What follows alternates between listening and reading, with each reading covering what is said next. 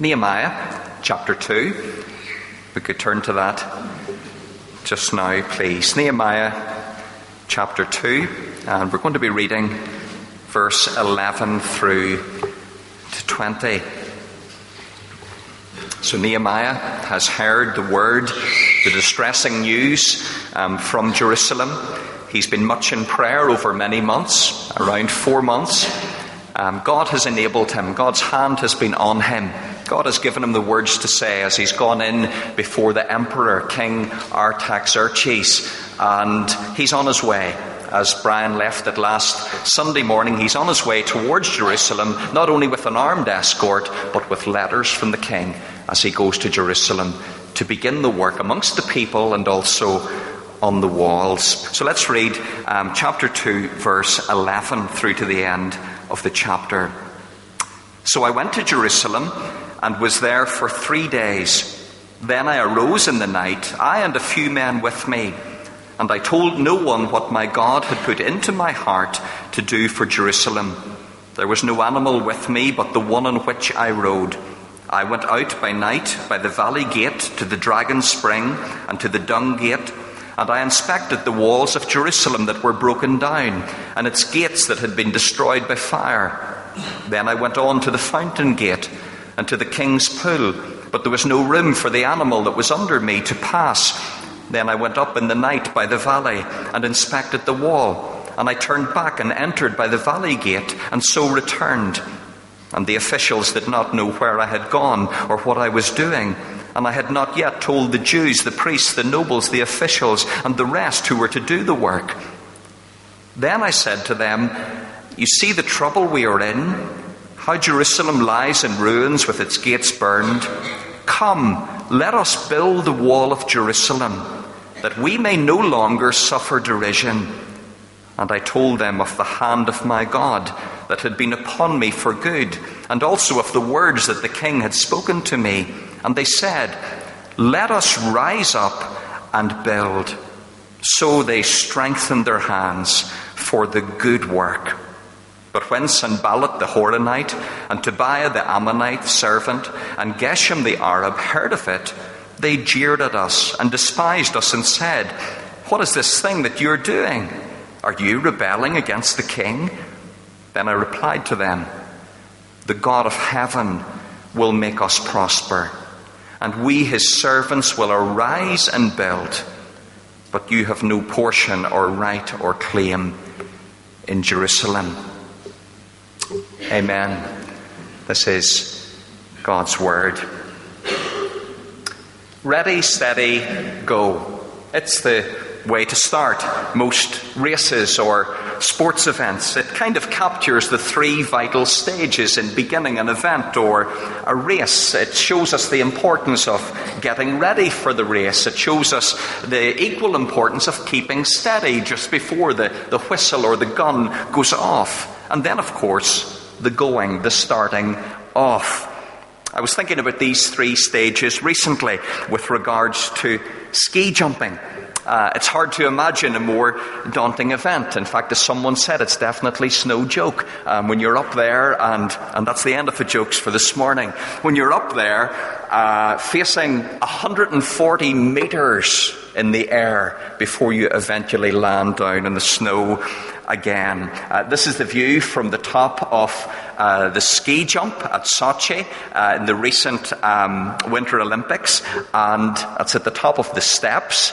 Someone has come up, obviously in summertime, in their shorts.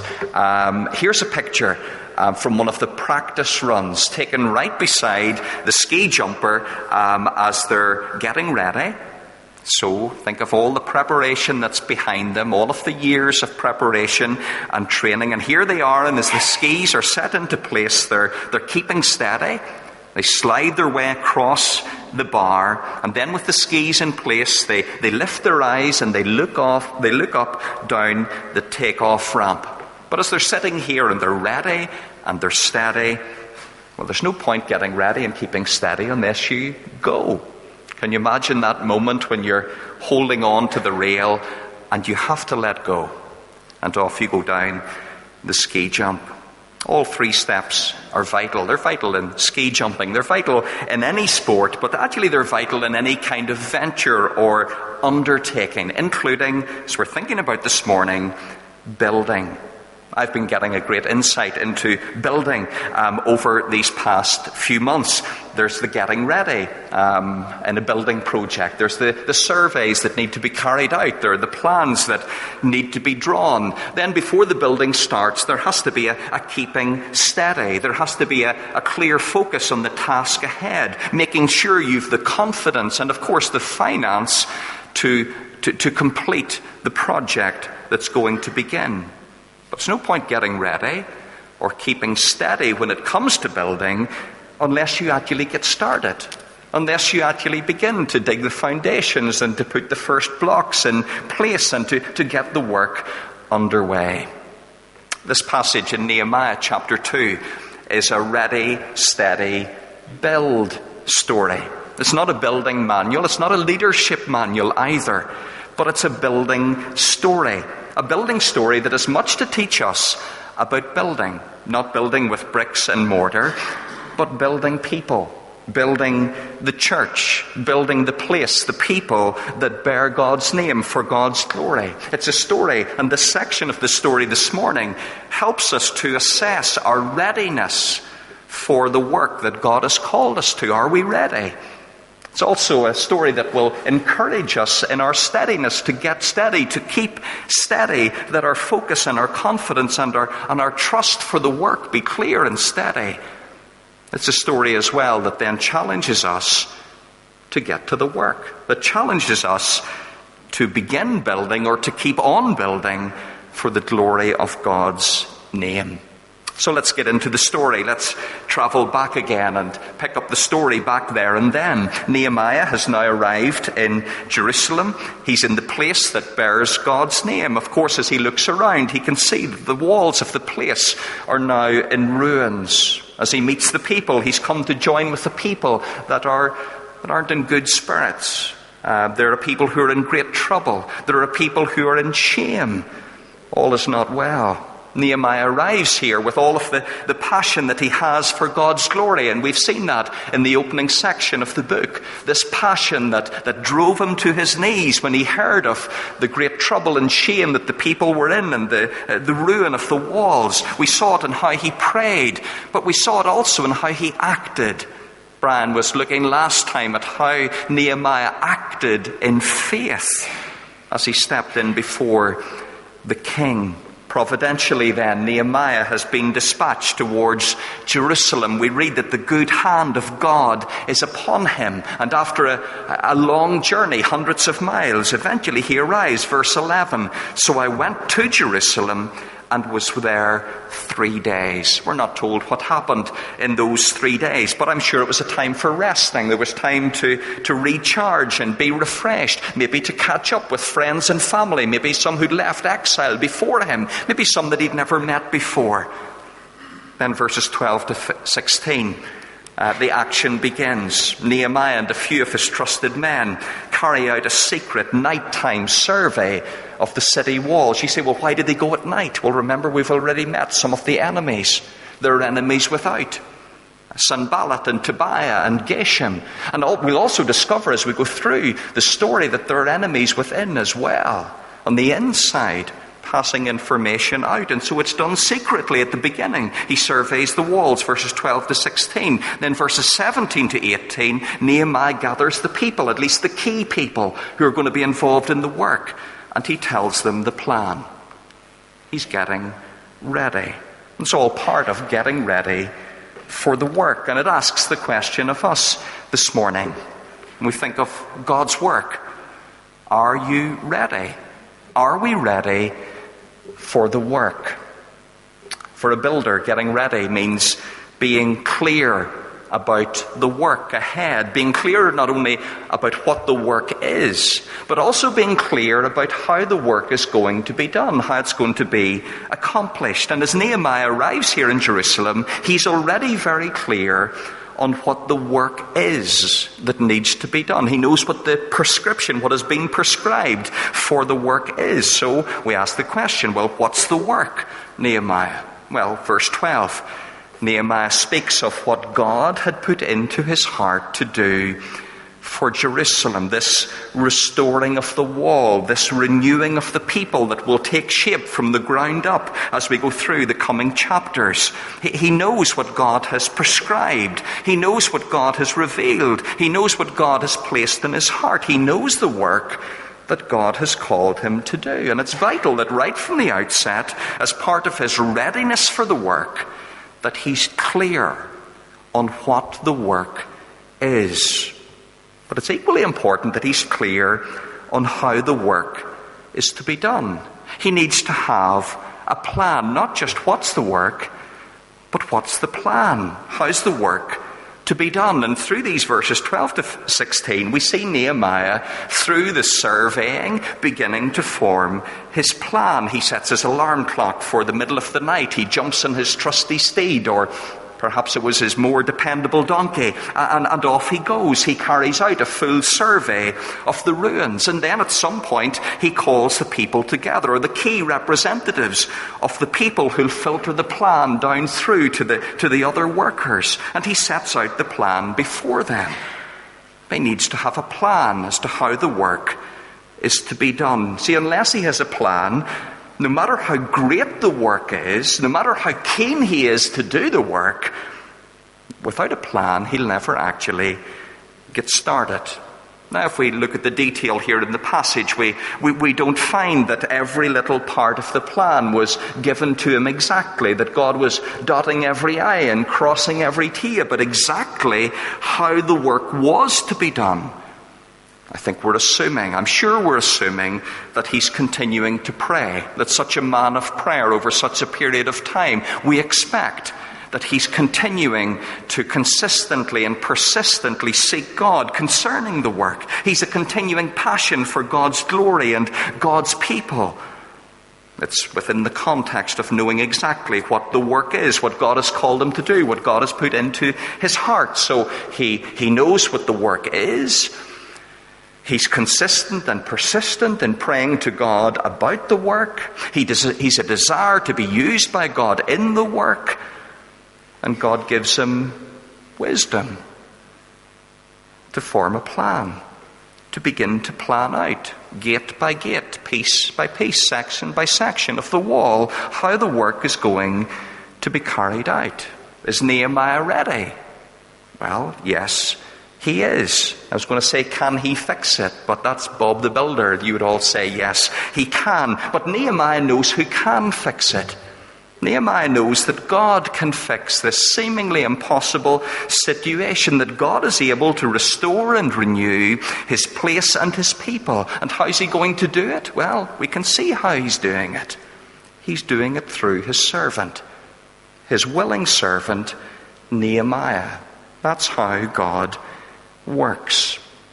That's ultimately how God would work for our salvation, through his supreme servant, Jesus, through his one and only Son. If you think about the comparisons with God's servant here, Nehemiah, Jesus was ready.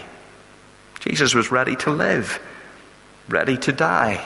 The prescription was clear. In eternity past, the forever salvation of all of God's people, all that God had chosen to save, all that would one day come and put their faith and trust in Jesus. The prescription was clear. The work that needed to be done. And the plan was equally clear. How our salvation would be accomplished through the death and resurrection of Jesus. Nehemiah was ready. Jesus was ready for the work. The question to us this morning is, are you ready? Are we ready? Are we clear on what God has prescribed, what God has revealed? Are we clear on the work that God has called us to do? We know what Nehemiah's mission was. We know what Jesus' mission was. But what exactly is ours? What is the mission of the church? For each of us, what are we called to do? There's lots of debate about that today.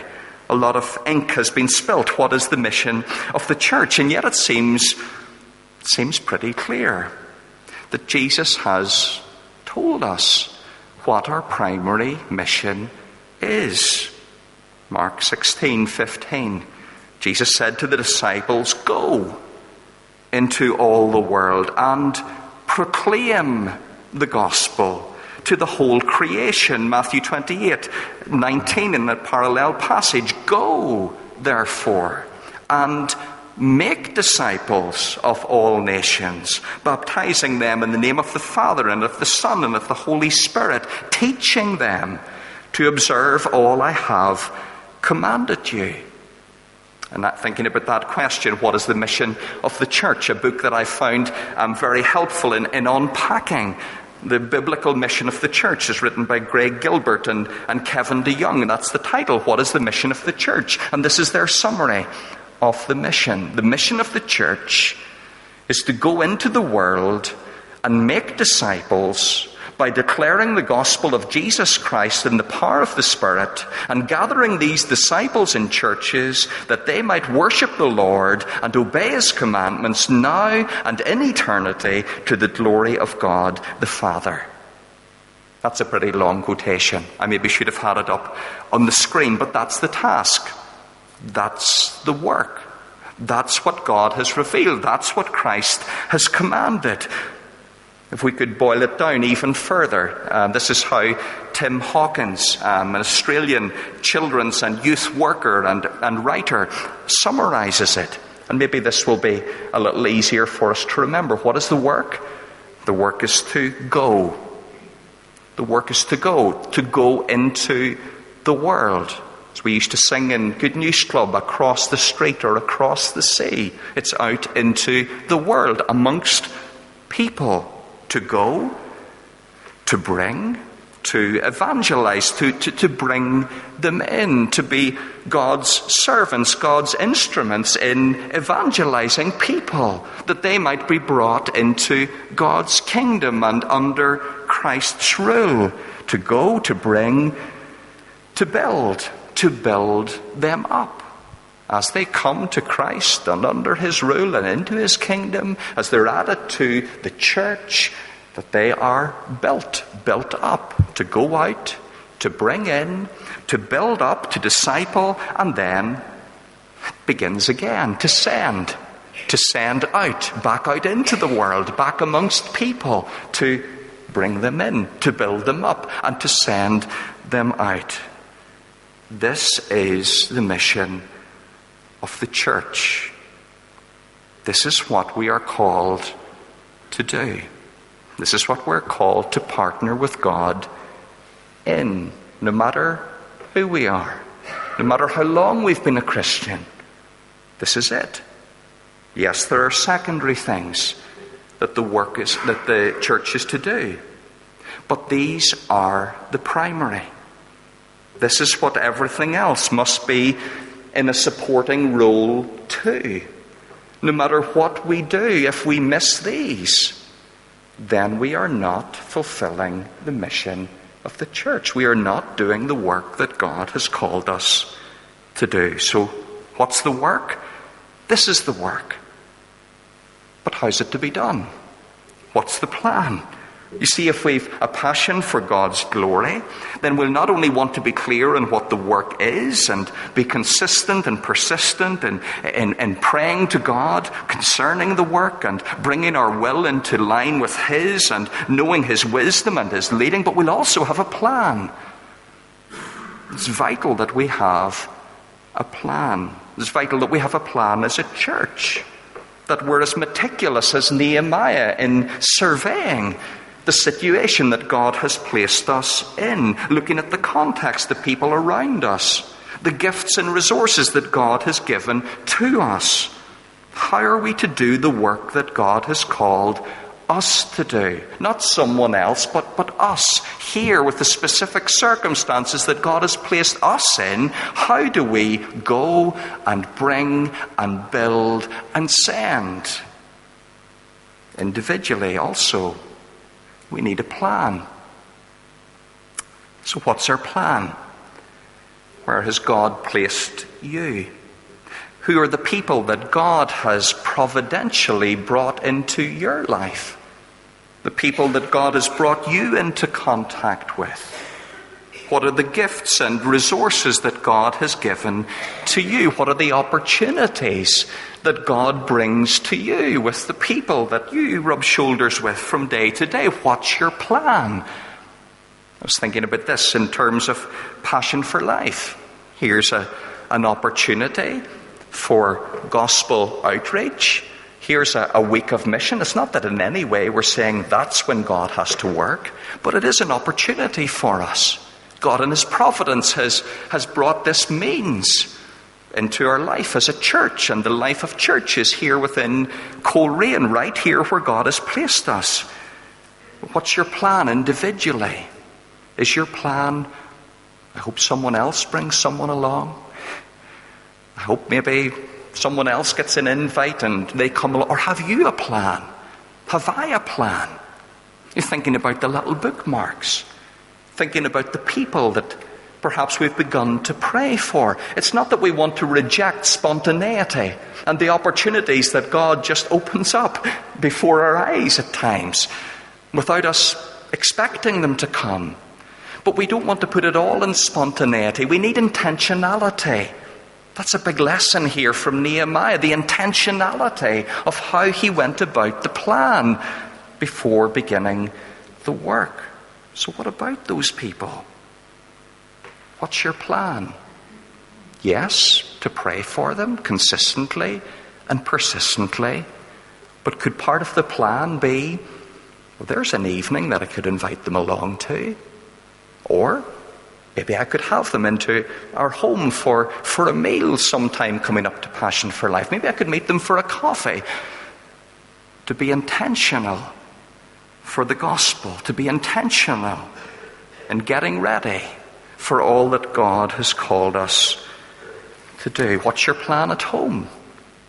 If you're a mum or a dad, what's your plan? What's your plan for the bringing them in and the building them up?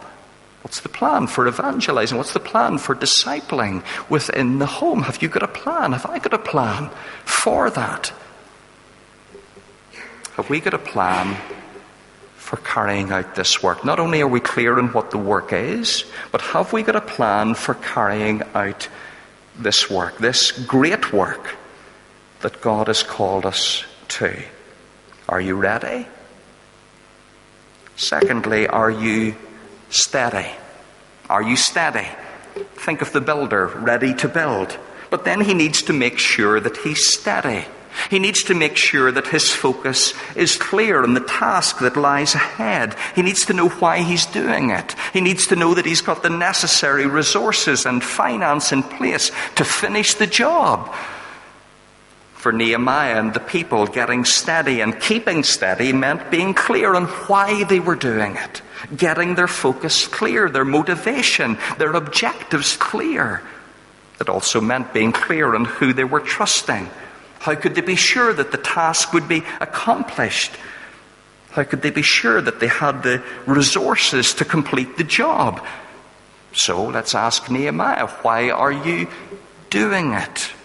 Well, Nehemiah addresses the key people in Jerusalem, verse 17, and he sets out his plan before them. Listen in to why he's doing it. Why is he engaged in the work?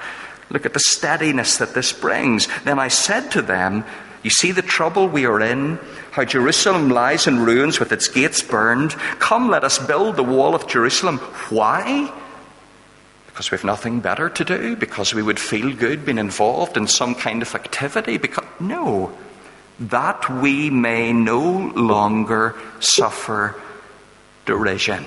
The trouble we are in, the ruins around us, that we may no longer suffer derision. The place, the people that bear God's name, it's what breaks his heart. They've become objects of derision and scorn and mockery. And so the steadiness right from the start is as to the focus on the work and the motivation for the work and the objective of the work. And what is it? It's the honor of God's name. It's restoring the honor of God's name. It's the glory of God. That's the focus. That's the motivation. That's the objective. It's also the focus and motivation and objective of God's master builder, of Jesus and his great work of salvation. Through the derision and the scorn and the mockery of the cross, he's focused on the honor of God's name, on the glory of God.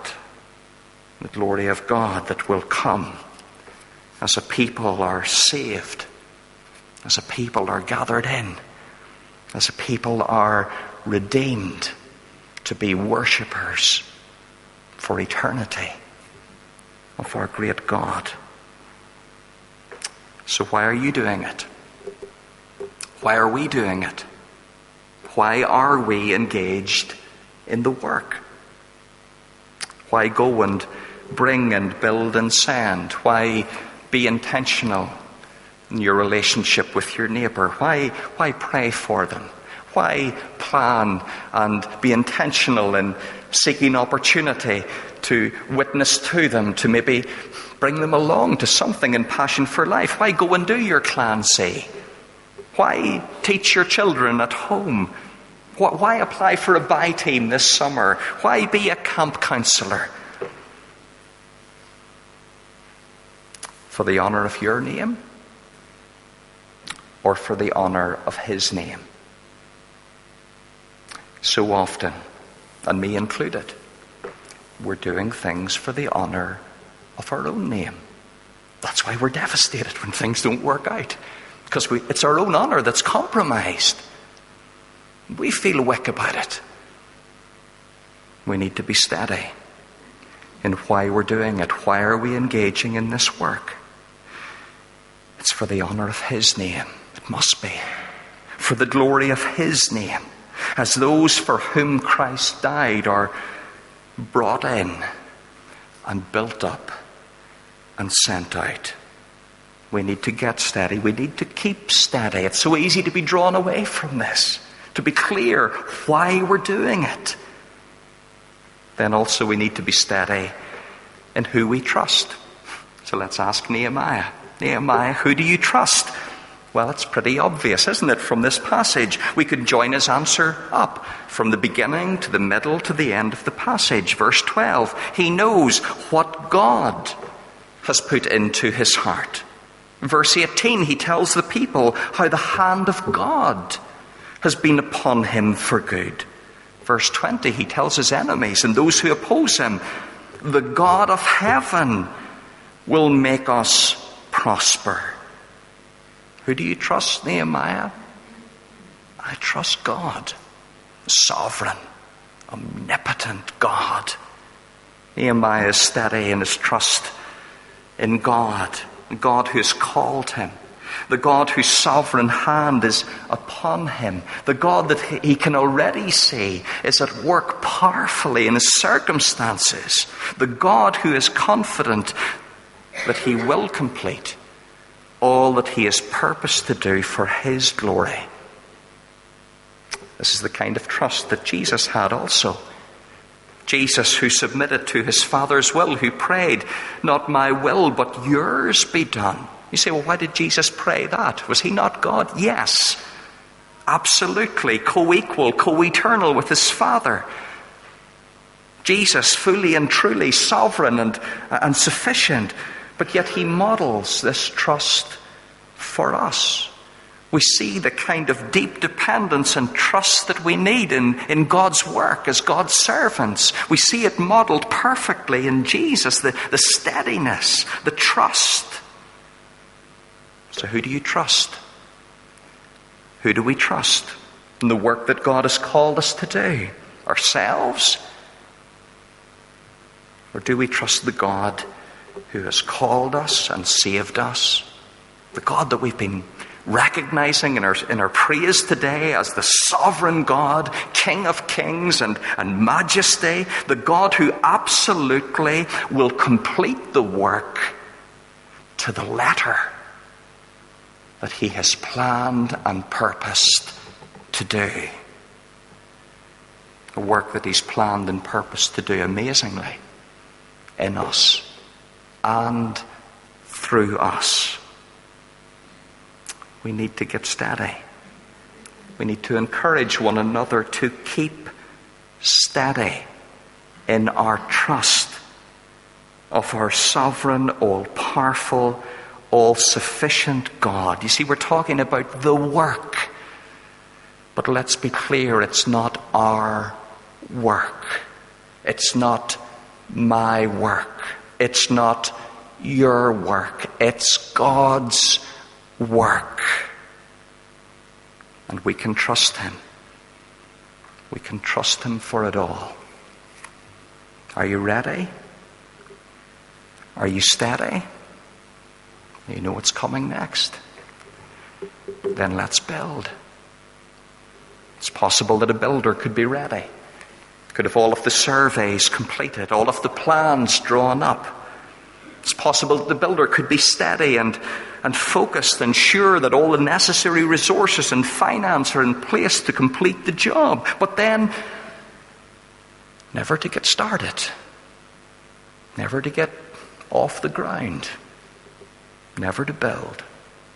But when Nehemiah is ready and steady, he calls the people together, and this is his message. Let's build. Verse 17, come, let us build. The people's response, verse 18, let us rise and build.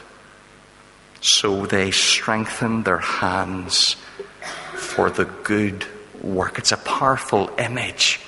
There are lovely words that are used to show them taking hold of the work, taking hold of the tools, and getting started. Vitally, the work began. Is that not God's message to us today? Yes, we need to be ready. Yes, we need to be steady and to keep steady and why we're doing it and who we're trusting. But come, let us build where God has placed us, amongst the people that He's placed us with, the wealth of opportunities that He's given us, the wealth of equipping and knowledge and all that we have. Sometimes we just want a little more. God wants us to get on with the work.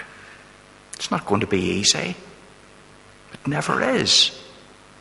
There will be opposition. There always is. I mean, look at here as this section of the story closes. They've only just got started. And here come the three amigos, Sanballat, Tobiah, and Geshem. What are they doing? They're jeering. They're laughing. They're despising, scorning, and criticizing. You can picture them laughing up their sleeves. What is this thing you are doing? You're pathetic. There are lots of things that we could do as a church. And people would, I'm sure, pat us on the back and say, boy, you did that well.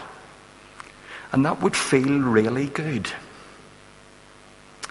But I can absolutely guarantee you that if we're truly engaged in the mission of the church, the going, the bringing, the building, the sending, then most of the time we won't be patted on the back. And that work will not be welcomed because it's an offensive work. In fact, there may be times that we're hated. Isn't that what Jesus said? Jesus, the one who was hated and despised and rejected, a man of sorrows, acquainted with grief. Jesus said, if the world hates you as you do my work, know that it has hated me before it hated you. Was Jesus put off? No. He got on with the work. He set his face to go to the work. He submitted himself to the work. He sweat blood and he shed blood for the work of our salvation, so that we might be brought in and built up and sent out to do the work for the glory of his name. So as we close this morning, that's the challenge. Let's build. Let's not give up. Let's not cave in. How many times do you feel like giving up? Maybe discouragement come. Maybe there are jeers. Maybe there is criticism. Wherever that is. Maybe it's in the home. Maybe it's at school. Maybe it's amongst your work colleagues. You're the butt of the jokes. Let's not give up. In the work, in the church. Times it's discouraging. We feel like giving up. Let's build. This is God's work. It's the work that He will do. It's the work that we have the privilege and joy of partnering with Him in as He works for the honor and for the glory of His name. It's not something we can do on our own, but it's a work that God has called us to do together.